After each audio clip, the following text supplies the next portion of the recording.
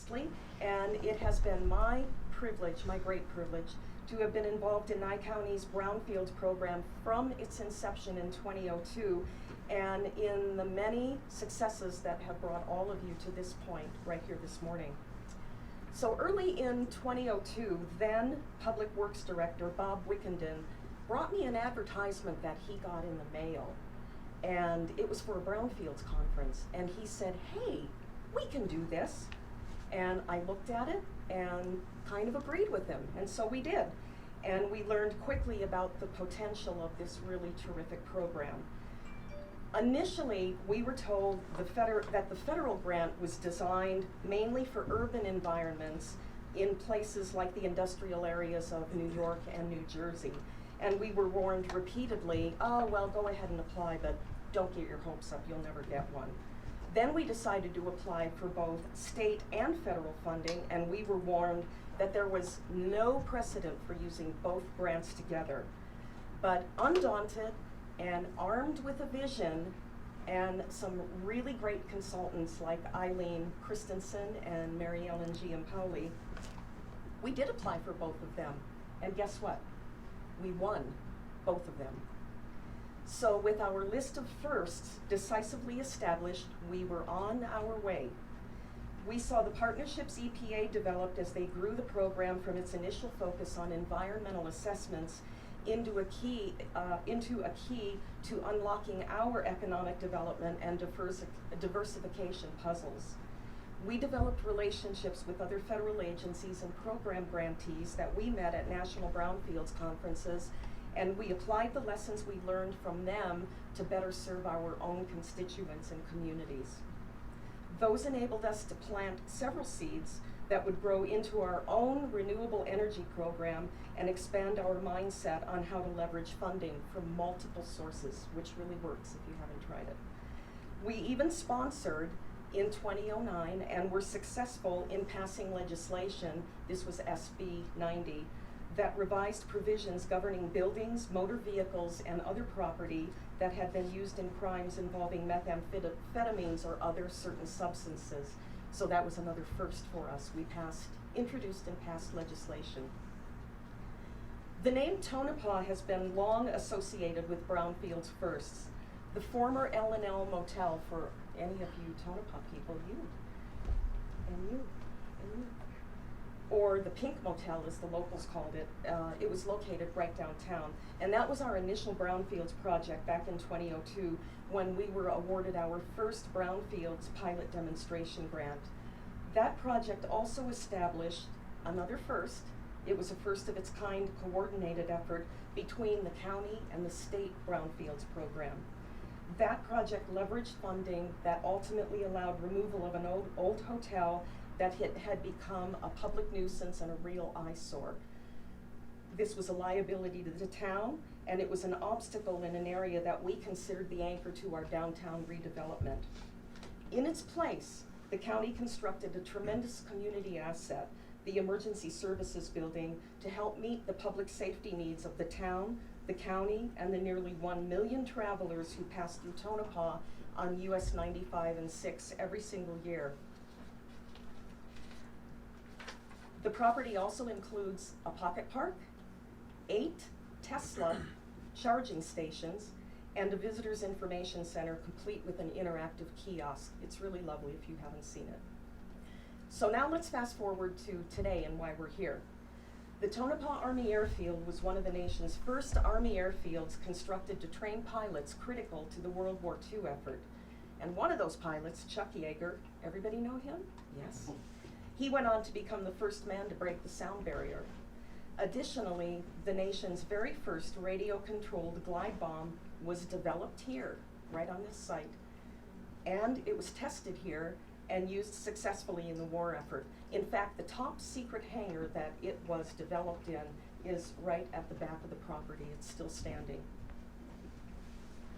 In the span of its 2-year construction, Tonopah Army Airfield housed more than 6,500 military personnel in 675 buildings. And for those of you who are interested in historic preservation and adaptive reuse, like I am, You'll find many of those buildings in various locations around town where they were moved after the war. The town offices are even housed in one of them, for those of you who weren't aware of that. The town offices are in a building that came right off of this property. The former fixed base operations building you see in this poster beside me, stayed on site, pretty close to where we are right now, although it was repeatedly modified and remodeled many times during the intervening years, and even served as home to Mark Peterson, our FBO manager. When the military decommissioned the base and quitclaimed the property to Nye County, only a few of the buildings remained to remind us of the crucial role that we here in Tonopah played in maintaining the freedoms and the rights that we really hold dear today.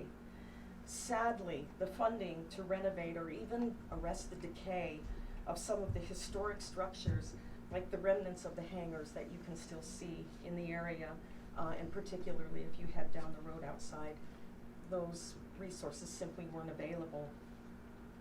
So the FBO building rapidly deteriorated despite the best efforts of really dedicated individuals like Mark Peterson and like the Nye County Public Works and Buildings and Grounds staffs. As a result, this building, the old FBO building, joined the first list for Tonopah by becoming the county's first site to benefit from the Nevada Rural Brownfields Partnership. The old building was, we'll call it retired. It was retired with honor. And the new building will serve the airport communications and pilot support needs for the Tonopah Airport, just like the old one did, but with better air conditioning.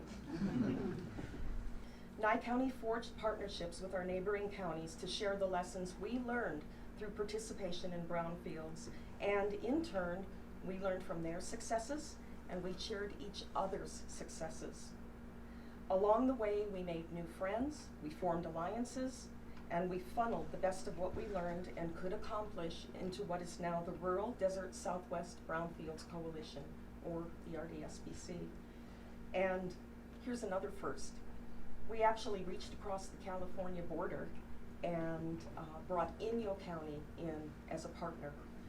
Like any first, the way forward wasn't easy, and we had our share of challenges to overcome as we plowed that path for others coming behind us to follow.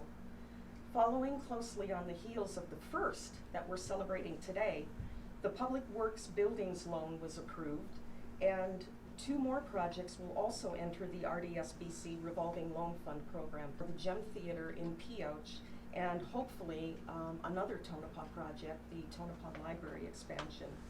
Those projects are intended to serve their communities and in some cases incorporate elements of historic preservation.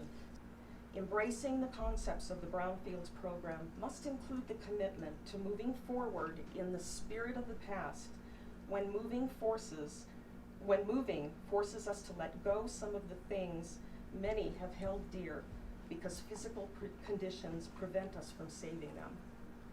Old buildings, just like old people, also leave behind those who loved them. I just want to say it's been a privilege to work with this group, this coalition. You've been so successful in continuing to get Brownfields grants, and I anticipate that you'll be able to continue to do that in the future.